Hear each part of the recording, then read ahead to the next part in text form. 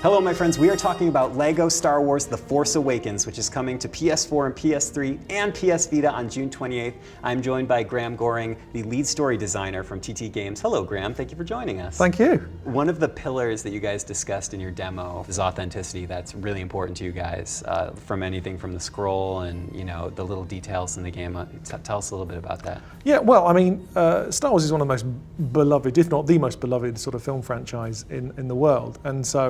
And people are obsessive about the details about that. And we're obsessive as well, because we are massive Star Wars fans. I spend, most of my day on Wikipedia looking up things, fact-checking, making sure that I've got everything absolutely right.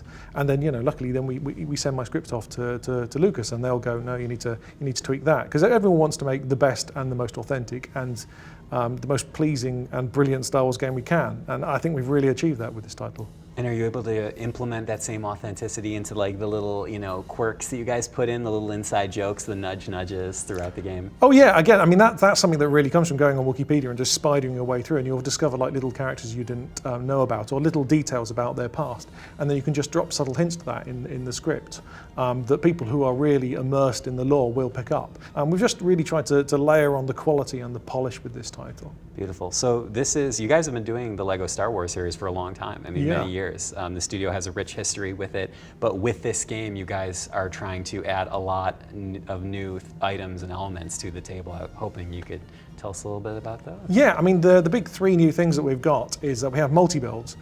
Previously, when you've been building things in the LEGO games, you build one item, but now you can use the same pile of bricks to build multiple items. For instance, sometimes that'll just be like a fun distraction. For instance, you have an enemy you need to get past, you'll build one of two silly things. And so next time you play the game, you'll be able to see a different thing, and it just keeps it fresh. So we're using it for many different things, sometimes even to access areas that you wouldn't be able to get to. So that's one of them. The other thing, blaster battles are a big new thing, because Star Wars is one of those things that's all about action and scenes like that.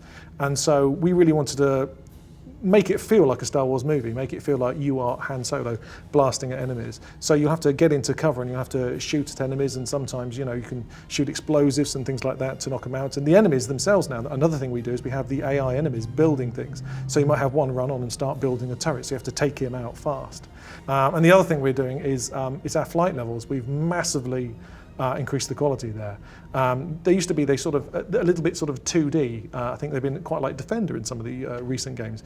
But this one, we have these really sort of anarchic, sort of action-packed, explosion-filled rail bits, and then we have these open arenas where you'll have full control over, a number of ships, and you'll have different objectives. It might be defending like a transporter, it might be shooting a certain number of TIE fighters, all kinds of things. I'm pretty sure when we spoke too, you mentioned that there's like 4 bajillion vehicles in this game. I mean, you guys put a lot of effort into giving players a diverse lineup of items, vehicles, collectibles. I mean, tell us a little bit about those. Yeah, well, I mean, we've got over, let's say, I think it's over 200 characters. And the thing about Star Wars is that, you don't see a more diverse range of characters, which is really wonderful. And our character customizer is even better this time, because not only can you swap what the characters look like, you can give them a different weapon or change what their combat style is, which is a really cool feature. Yeah, we've got about 40 different vehicles, which includes creatures like your lugger beasts, or it might be just a little mouse droid that you use like a skateboard. And then you've got your full-size ships like the Millennium Falcon, etc. But you also have these adorable little ones called microfighters, where it's like, imagine the Millennium Falcon built out of 12 Lego bricks, and it's amazing how perfectly expressed it is in just that tiny amount of bricks. And you're sat on top of it and just racing around, and it just looks really daft, and it's wonderful. And I think, if I may, there's a couple little PlayStation treats, a couple treats for the PlayStation audience. That's true. Well, because one of the things we are not only telling the story of The Force Awakens, we have these additional levels that tell the story coming up to it. And one of the exclusive ones is that you may have noticed in the film that C-3PO has a new red arm that he's moaning about all the time. And so one of the PlayStation exclusive levels is you'll find out how he got that arm. And we also have an actual pack of playable droids as well, I believe, is exclusive to PlayStation. Graham, thank you so much for joining us. Tell us when people can get started with LEGO Star Wars The Force Awakens. June 28th on PS4, PS3 and PS Vita. Thank you, man. Thank you.